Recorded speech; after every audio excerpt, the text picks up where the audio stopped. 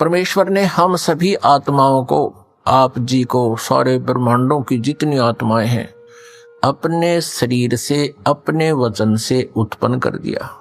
और वहां हम तेजो में शरीर में विद्यमान थे। नूरी शरीर है हमारा, यानी तेजो में शरीर है, एक तत्व से बना हुआ है। उसमें नाड़ी, वो शुक्रम अकायम ऐसनाविरम, वो जैसे हमारी शुक्र से बनी हुई काया नहीं होती जो माता पिता के संयोग से बनती है, उसमें नाड़ी आदि का जुगाड़ तोड़ नहीं होता, नाड़ी तंत्र नहीं होता। इसी ऐसा ही शरीर परमात्मा का है, साकार है, मनुष्य दृश्य है, तेजो में है। लेकिन परमात्मा के शरीर का और हमारे शरीर के नूर में, सामर्थ्य में, शक्ति में और उसके नूर में, प्रकाश में अंतर है।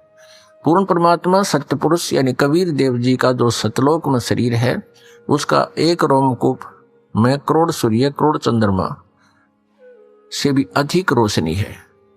और हमारा वहां शरीर कैसा था, जो शेष वहां रह रहे हैं उनका कैसा शरीर है, और हम जब परमात्मा ने अपने वचन से उत्पन्न किए थे तब हमारा कैसा शरीर था, मनुष्य दृश्य था। और हमारा शरीर 16 सूर्य जितने प्रकाश युक्त था, हमारे पूरे बॉडी का शरीर 16 सूर्य जितना तेज था, यहाँ की जो सूर्य, लेकिन गर्मी ना हो।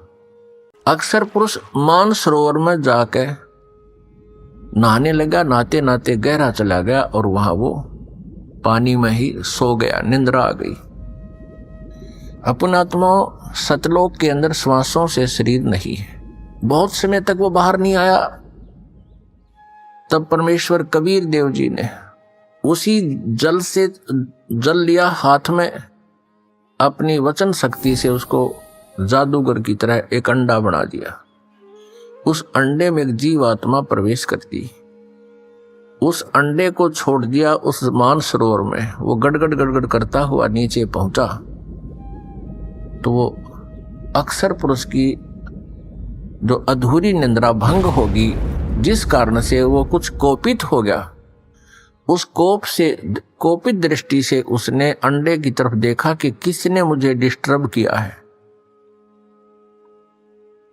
उस कोप से वो अंडा फट गया, अंडा 2 भाग हो गया, उसमें से ये ब्रह्म निकला।